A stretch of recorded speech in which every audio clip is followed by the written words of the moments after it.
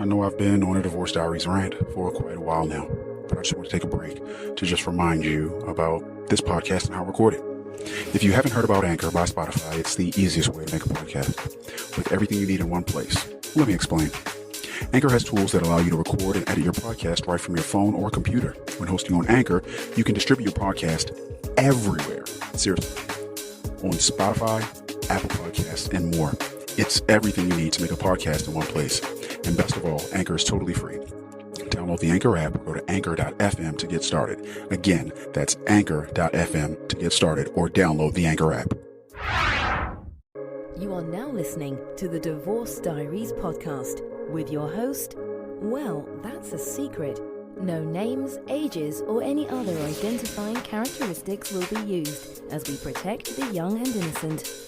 You'll be taken on a journey as one man considers getting a divorce or remaining married.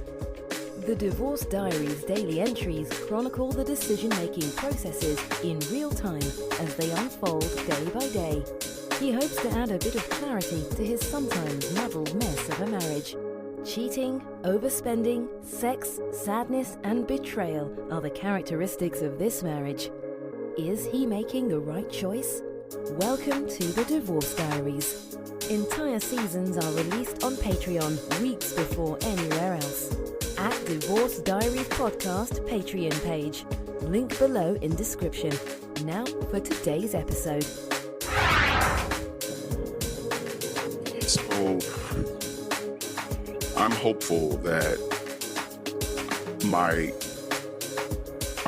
that this recording will not bleed over into the negative like my last recordings did. My last recordings that I took down. I took them all down. I was just angry and complaining and blame placing and not being accountable. And all of my other podcasts that are now down. Any podcast that you see public now, those are all podcasts of really someone just with a totally different perspective and paradigm shift. So, yeah. I think what I'm learning is I understand that people change. And I understand that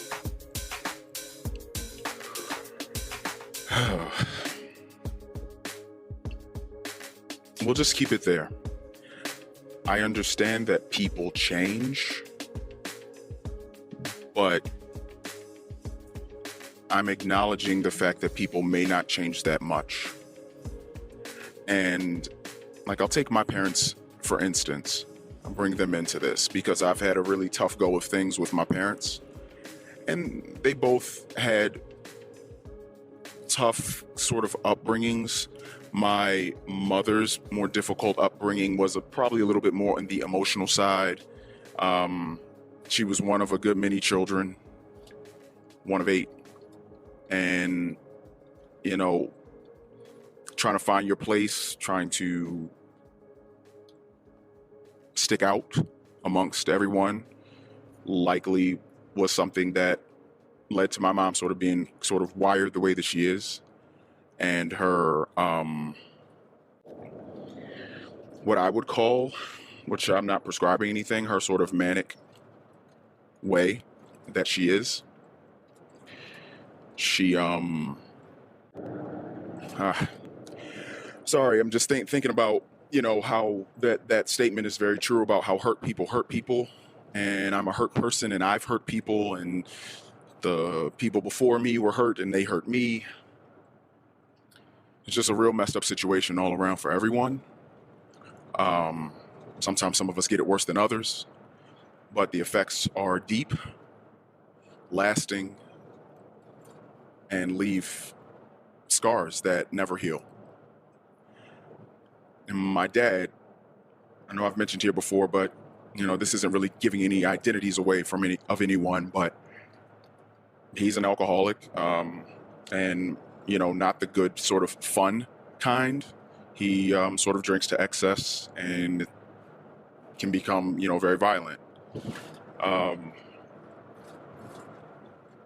Because it's just, you know, you lack impulse control. And it's tough. All this is tough. What this recording is about is, I think I'm having a more of a realization, because taking my parents as my example, my father was, kind of pretty messed up as a child, just having abusive, seeing fights with your parents, and, your mom actually, trying to kill your dad, stuff like that, and just really violent stuff. You're going to kind of grow up with a twist on your perspective. And then when that person finds my mom, who is, trying to look out and, be maybe be special. Like, I don't really know. I don't know what a child of 8 really has to go through, because I'm not that, but she had her stuff. And when two damaged people sort of find each other, they both likely lack certain healthy problem-solving skills. They both likely lack significant amounts of help that they may have needed growing up. They both likely lack a lot of interpersonal tools that a lot of people lack, but if you couple in some really toxic situations from childhood, it can really exacerbate the problem. And I think what I'm noticing when people get divorced and they say that, yeah, the divorce is pretty good, either they did some work on themselves personally, they are really hypersensitive to putting forth toxic things or reciprocating, repeating toxic things, toxic behaviors, which I am now. I'm understanding my trauma. I'm working with a therapist. I'm working with a therapist. That's a really big deal. And I'm not lying to the therapist at all. I am understanding the trauma from my father. I'm understanding the trauma from my mother. I'm understanding the trauma from their marriage and their subsequent divorce. I'm understanding the trauma that both I inflicted on my soon-to-be ex-wife, and I understand the trauma that she was inflicting on me and is inflicting on me. There's so much hurt, and there's so many things that are just, for me,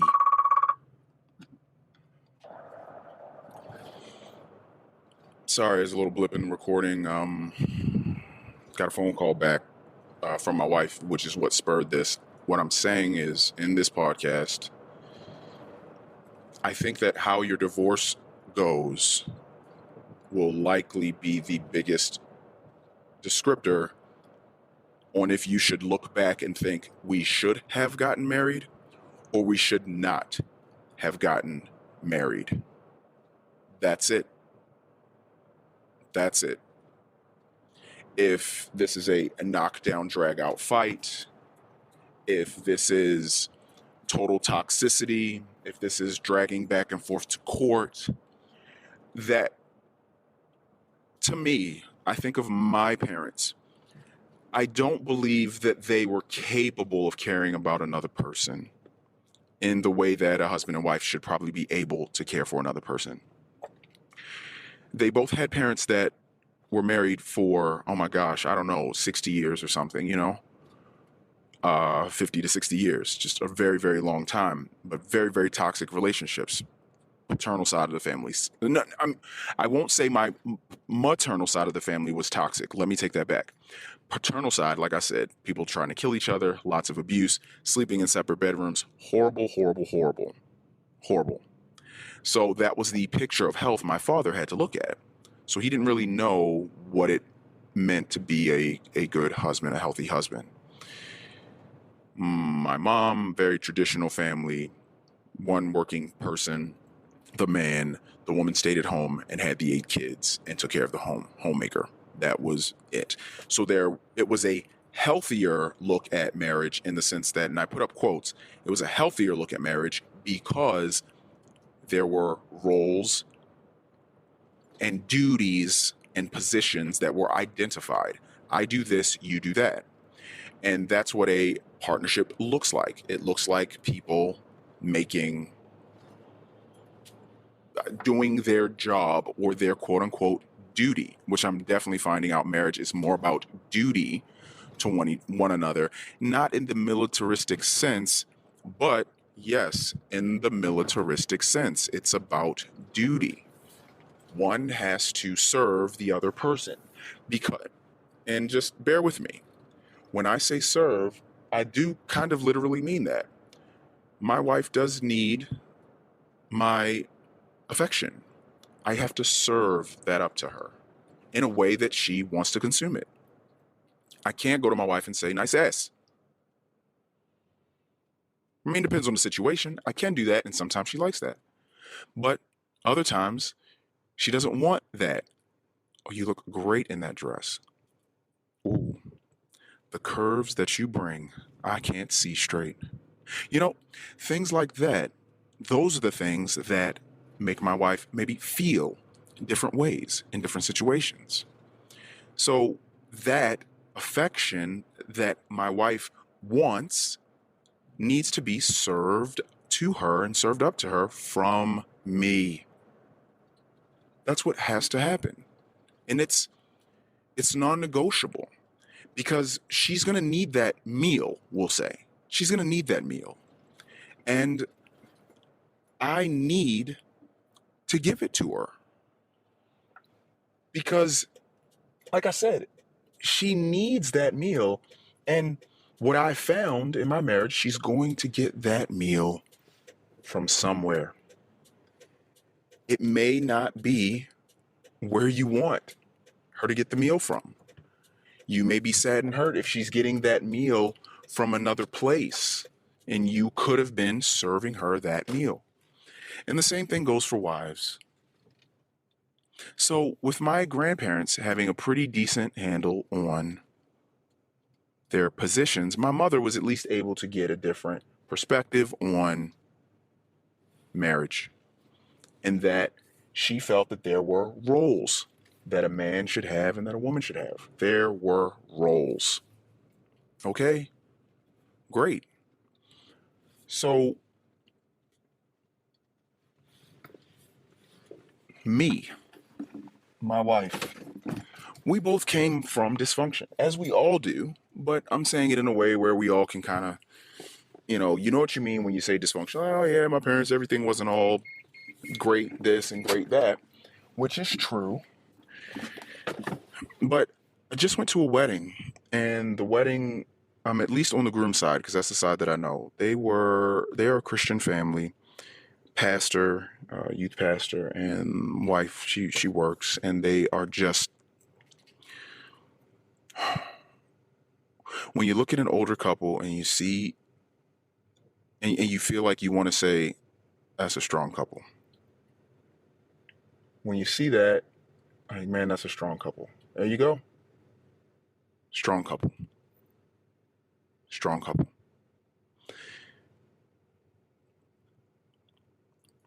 I've always thought that, and I think I've known them for about 23, 4, or 5 years at this point. The husband always has himself sort of together. Wife always has herself together, makeup, her hair. He's always well groomed and well kept. He seems like he's always been attracted to her, always, and she to him. I don't get a sense of there being a competition between the two, him finding a need to dominate her finding a need to dominate him, and there being a power struggle. There has been that in my marriage. And sometimes my wife wins out, sometimes I win out. And when my wife wins, or when I win, I have learned that we both have lost every time. I've gotten really, really, really far away from my Christian upbringing that I definitely look back fondly on and understand that going through life, you need some sort of roadmap, guidance, and direction. And the Christian doctrine, whether you are Christian or not, or agree with it or not, it provides a roadmap and a doctrine for one to follow. It will lead you somewhere. And I'm not saying it's going to lead you to a good place or a bad place, but here's what you won't feel: lost. You might be confused from time to time because maybe you haven't turned the map to the page that has your next turn. And I understand that we're in a smartphone age. And in the smartphone age, there are turn-by-turn instructions on the map, which makes the map the greatest thing ever on your iPhone or your Android, Google Maps, whatever. It makes it awesome.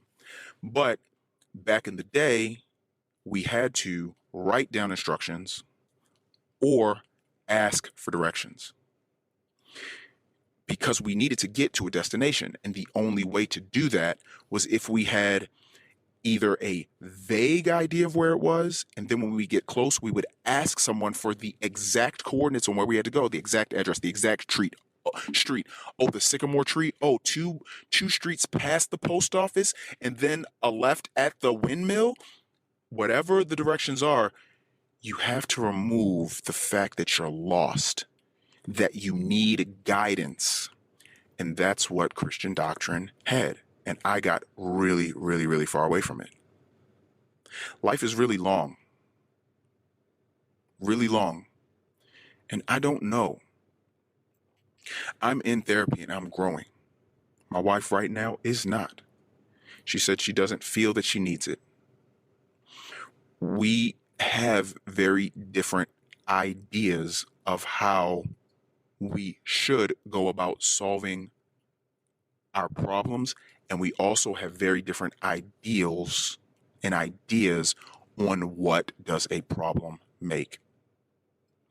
So when you think of those two moral differences between me and my wife, that's why I'm recording the Divorce Diaries, because if anyone can listen to some of these episodes and say, here's how I need to approach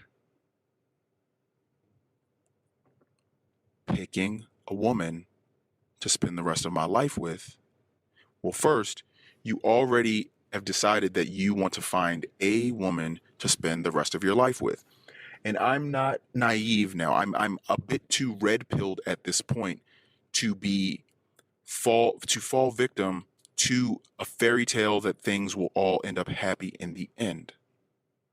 But I'm not red pill enough where I will not acknowledge the fact that happiness might not be what you think it is, but happiness could be weathering the storms of life with one person together, not thinking that it was all supposed to be clear skies. And that was my problem. I'm tearing up here a little bit. That was my problem. I thought that with every domino that I knocked down in my life, I expected things to become easier, lighter, better in every way. Oh, we had a kid. So the next one, nothing. We had a kid. We're raising them together. So 2, it'll be a little more work, but we can do it. 3, 4, 5, whatever. We can do it. Now, it's not that way. And I understand it's not that way. I was supposed to work on a lot of things at one time, which means I wasn't supposed to take on so much, because I watched my mom growing up. She split herself in so many different ways. She was over here for work, and she's over here helping kids do this, and she's doing that, and she's running me to this activity and my sister to this other activity, and we're just split, and we're just torn, and we're splintered. I don't know what that meant for time with her and my dad. I don't know how much that made my father really a priority. And I contrast that with the parents of the person at the wedding that I just went to. They were always in the church. Wife had her job when she wasn't there. And the kids were always either with dad, they were with mom, they were with grandparents. And when they were with dad, it was a safe and controlled environment in the church. And granted, bad things can happen in the church. That's not what I'm saying. I'm saying that they were in a controlled place with trusted people that at least agreed on the same moral compass for guidance, the compass of Christianity. And they were all there in that church raising their kids. They lived nearby, so they just went back and forth between these things with family as the priority. My wife and I, we kind of bounced around a little bit. I split myself like my mom did. And I was here and I was there and I was working this job and that job and for the money, and I always justified everything. And I wasn't the best dad and I wasn't the best husband because I got really, really far away from what the purpose really was supposed to be. And the purpose was supposed to be my family and my wife. And to be honest with you, the order that it's supposed to go in, it was supposed to be God, my wife, everything else. So in order to serve God, I was supposed to be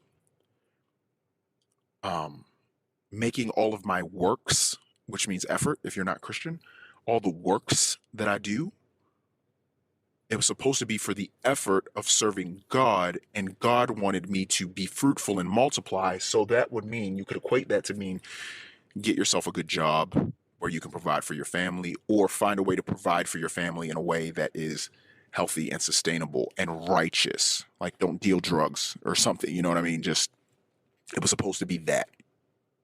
That was supposed to be the health and the works. Because if I was doing that, then my wife would not have had to ever worry about money. She may have had to work and get a job, but she wouldn't have worry and stress surrounding money. I would have taken care of that because that would have been in direct service to the purpose of me as a man, as a Christian. So like I said, if you don't believe in Christianity, all I'm saying is I'm using Christianity, one, because it's the thing that I'm most familiar with. Two, it's the thing that I've distanced myself the most from. Three, I'm just using it as an illustrative point of that's the map and the guidance that will lead you to a destination that will remove the feeling of being lost. So I then would have actually had my wife, quote unquote, first, because I would have taken care of God being first, and I would have just focused on being fruitful and multiplying. I can't be fruitful without my wife, and I can't multiply without her.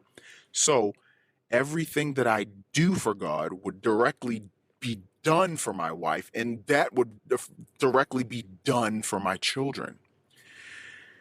But not prioritizing that and just sort of chasing the bag and chasing time and having my own selfish whims, which is why I really, really, really, really do believe that men shouldn't get married until they're about 35, or I'm sorry, start considering getting married until about 35, because you're able to go through the bumps and bruises and failures in life, losing a job, figuring out a new career, starting a business, failing at that, coming into friendships, starting partnerships, realizing you shouldn't have, having broken relationships, and all these things. And by the time you get to about 30, 35, you're starting to hit your stride. You've learned a few tough life lessons. You've got your education that you need, or your trade.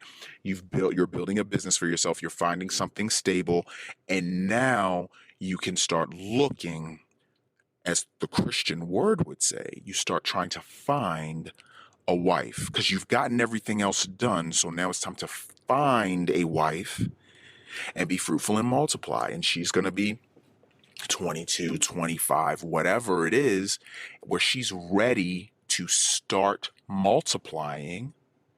And all she needs is a man that is secure and ready to start. That's what she needs. So I wasn't that. because I got married so young, my wife had to go through all of the bumps and bruises and bullshit of life with me maturing both socially, emotionally, mentally, financially. She just had to go through it, and she got beat up along the way with me. And she is being great actually now with the things that we've been through, the way that she's handling this divorce. She really was a teammate that I could have really gone the distance with. I'm never going to forget it, because I don't know that I'm ever going to open myself up ever again to anyone but her. Even now, I know it. I won't, because she's seen too much. And why would I talk to and engage with someone else and tell them about, because a lot of my, when people talk about, hey, what college you go to? And, oh, what's your longest relationship? Blah, blah, blah. Hey, my backstory is I was a teenage dad, and I had, kids with my wife, and we were married for long time, decades. And, I'm never going to open up, I don't think, at least how I'm feeling now, to anyone else, because I have no desire, actually. I really have the desire to have things, to go in a time machine, because, like I said, some of the ways my wife has violated have been really difficult to get over. But what I will say is, her violations and her lies, I now know and understand in life that there might be a way where just about anything can be forgiven. And I guess I will end with this. This is why I think if you don't have a roadmap for life, the Christian one is probably the best, because basically if you take Jesus and his ideology, and if you're familiar at all with the teachings, it's the Father, the Son, and the Holy Spirit are the same being. They're just kind of different offshoots with different sort of, if I could say in layman's terms, maybe characters. So like if you were to take the Ninja Turtles, let's say there was only 3 of them, the Father, the Son, and the Holy Spirit. Like, who's my least favorite Ninja Turtle? Oh gosh, I can't do that, because they're all so, that's why this is such a great example. So Ninja Turtles. So Leonardo's the leader, and he is the kumbaya one. He's like, guys, come on. But he can be hard if he has to. Raphael is the hothead that just gets shit done like a wrecking ball. When Leonardo is a little bit more, we should probably think this over and talk this out, Raph will say, there's no more time for that shit. Let's kick in the fucking door. And then they all have to do that because they are brothers, and Master Splinter tells them, don't leave your brother behind. So when Raph kicks in that door, Leo, you better fucking go behind him, even if you didn't want him to. That's why Raph and Leo always had so many fights afterward. Raph, you're such a hothead. What the fuck is your problem, Raph? Raph. Raph fights with Leo. Leo, stop being such a punk. We're trying to get this shit done, and we don't have time for all this conversation. We always can't do it the cleanest way, Leo. Don't you know there can't always be a one-size-fits-all approach. You've got Donatello. He's somewhat of the glue in the sense that he will work things out from a technical aspect. He'll do the computer work. He'll figure out what is the mission from Leo, and then he'll figure out a way to help them do it as tactically, as safely, and as quietly and discreetly as they can, as Ninja Turtles. And Michelangelo, he is the comic relief and the brevity for the brothers. The weight of the technology in Donatello's service would be so much on him if he didn't have Michelangelo to joke with. Raph puts on a stone cold face, and he wouldn't be able to really come out of it. Raph wouldn't be able to. He would be angry all the fucking time if it wasn't for Mikey coming up and pantsing him or giving him a wet willy or whatever. And Leo would just all the time be, guys, we got to do this. He would be so militaristic if Michelangelo didn't add the humor. So the Father, the Son, and the Holy Spirit are sort of like that. The Spirit is kind of what lives inside of you. Jesus is the Son of the Father that was sent to die on the cross. So that's sort of how they all work together. And the Holy Spirit is supposed to be in all of us. And that's why I'm saying if the man's older, then he has a little bit more perspective. I'm not that far away from that age that I say men should get married, 35. I'm not that far away from that.